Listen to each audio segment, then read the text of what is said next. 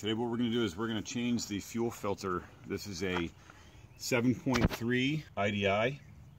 This is a 1993, so this is a naturally aspirated. Alright, so what we're going to do is we're going to swing around here, we're going to look at the tools, and we're going to see what we're going to use today as we film. Alright, so over here I just have an oil bucket. This is just a 5-gallon bucket that I use for various oil discharge, etc. We have a fuel filter can, which is the same as an oil filter can. I have a long screwdriver. There's a purge valve that's over on the other side of the fuel filter. We may need to use here in a little bit. I have a can of diesel clean. I got about 3/4 of this bottle left. We're not going to need it all, but when you put the filter back on, you're supposed to fill it with either some kind of diesel clean or actual diesel fuel itself. So I don't have any diesel fuel laying around, so we're just going to use this. And it's a full tank of gas, and it needs to go in there anyways. And then down here I have our replacements. What we're going to do is we're actually just going to take a little bit of the fuel out of the bottom of the existing fuel filter and primarily just get it below the surface line here a little bit, so as I negotiate it out of the truck I don't spill fuel everywhere. And then we're going to replace it with this filter. And this is an all-in-one. This is a fuel filter and water separator. And the OEM model of this, which is called the Bowl, has been taken off. So this is not an OEM type filter. This is a replacement filter. And this is a 33617. And I actually made a mistake when I bought this. We're going to take off a 33417. The only difference is that this one has a sensor gauge on it, plus the water separator drain valve. And we're just not going to use this one. It's easier than returning it. It's a good filter. It's like a 12 micron filter, and this thing's pretty easy to turn by hand, so if there ever does get water in there, you can let some out of it. Now this is a recent purchase.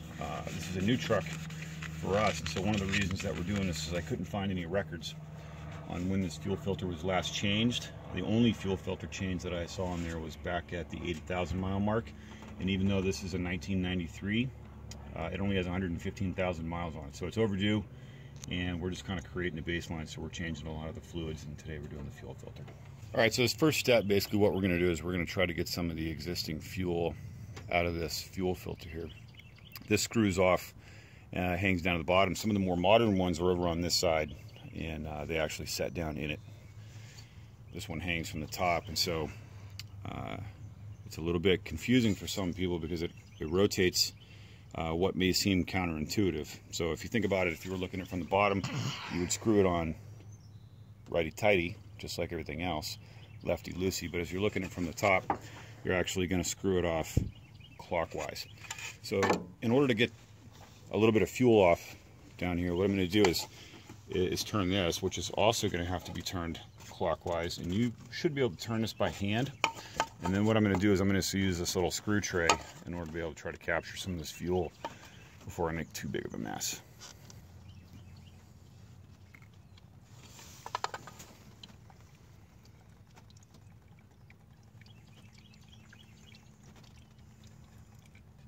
Okay, so what we're going to do, this fuel filter is actually empty now, and neither my oil wrench or my hand or anything else can get this thing off. So this is actually a pretty common problem.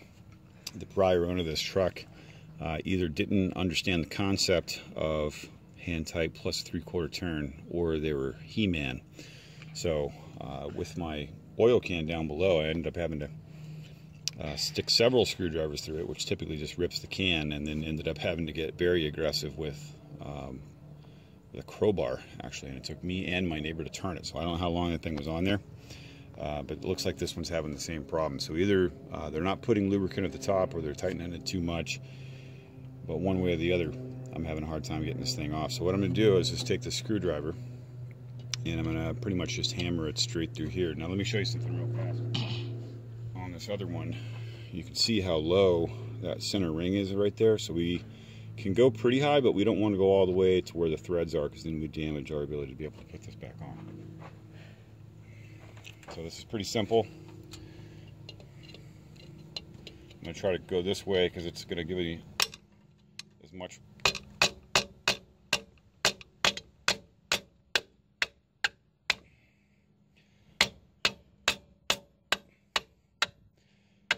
There we go. Now, you should actually be able to see it's not through the other side of the can. It is actually better. You at least want to get it into the webbing on the other side. Now that it's through there, remember it's upside down, so that way would be tight, this way would be loose. So we're actually going to pull it this way. See that? And now that it's basically loose, I should be able to get it off with my hand here, just like that. So it was tight. It was over tight, but it wasn't crazy bad. All right, so let's pull this out of here, and then you'll be able to see what's going on inside. All right, so let's look down here. Maybe we can get out in the light so you can see that better. That is actually rust and dirt and grime. So the way the fuel works, it actually goes in here, gets filtered and come back up. So this had probably been sitting on the end of that for so long. This is not from the fuel filter. This is not that the fuel in here is actually dirty. It's actually the male part of that screw on. So what I'm going to do is I'm going to dump this out, and then we can see with the remaining fuel in here just maybe how bad it was. But one way or the other, I'm going to have to go in with some WD-40 and maybe a wire brush and clean the underside of it right there. See how dirty that is? On the underside right there, it's all rusted up.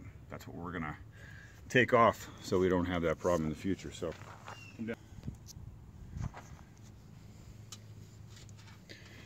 okay, so we're just getting done kind of cleaning the receiving side of this fuel filter, and what I've done is I'm just using the same diesel rag that we had before. You can see all this is just rust, sediment, and everything. So I'm just going to go over it a couple more times. I've also used a little bit of a wire brush that were actually on the threads. And then what we're going to do is we're going to go spin on our fuel filter. So I'll make sure the top is there cleaned. Sometimes on some fuel filters you have to worry that the gasket may stick up there. But as you can see in the old one we took off, the gasket is obviously still here, so that's not a problem. And sometimes diesel will leak at the bottom, and that is a problem. You don't want that leaking on your battery, so we're going to stop that.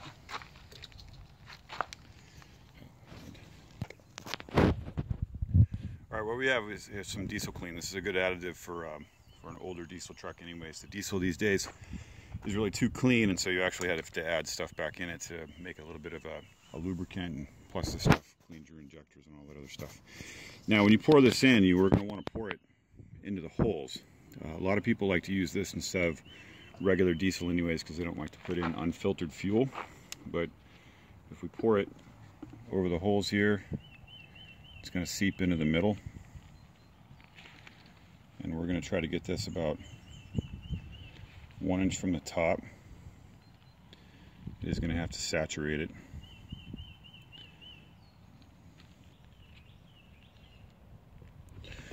Alright, so that's pretty close to being at the top. I don't have any fresh oil, so what I'm going to do is I'm just going to stick my finger in here. I'm going to lubricate this top. This is typically advised just to help to get a good seal, but also make sure that you don't have to stick screwdrivers through it the next time you want to take one of these things off. So this just comes under the bottom like this. And this is going to spin on real easy. And once it catches, it'll just spin right up.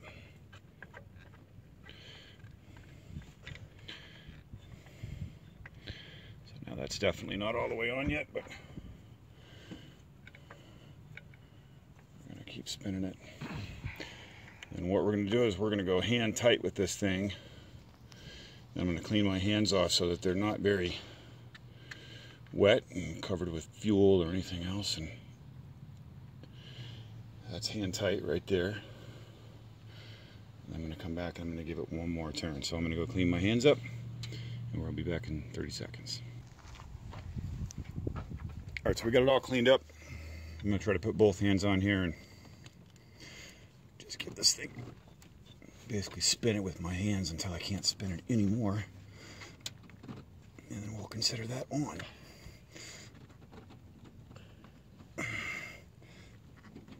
There we go.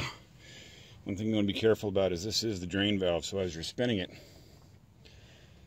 don't open that or else you're going to have a good old-fashioned leak like I had before. If you read the Chilton manual, it actually says not to fill it. It says to use the charger. Sometimes that can be problematic in these old 7.3s with the lifter pumps, and so what we're going to do is we're going to try it from there, and if it doesn't work when we start it, we're going to end up having to use the purge valve. But hopefully what goes through is a nice easy start, and then this thing might blow and choke and send some smoke out for a little while, and but then it'll eventually purge all those lines. Now what we definitely don't want to have happen is we don't want to have the seal squirting diesel all over the place. If that happens, then we didn't get it tight enough, and we're gonna have to go down there and wrench it down. So let's go start the car and see what happens. All right, so we're actually gonna fire this bad boy up, and again, the last thing we want here is we don't want fuel to start spraying out of this thing. We gotta stand back, make sure we're not getting caught. Start it right up, just like that. There's our choking.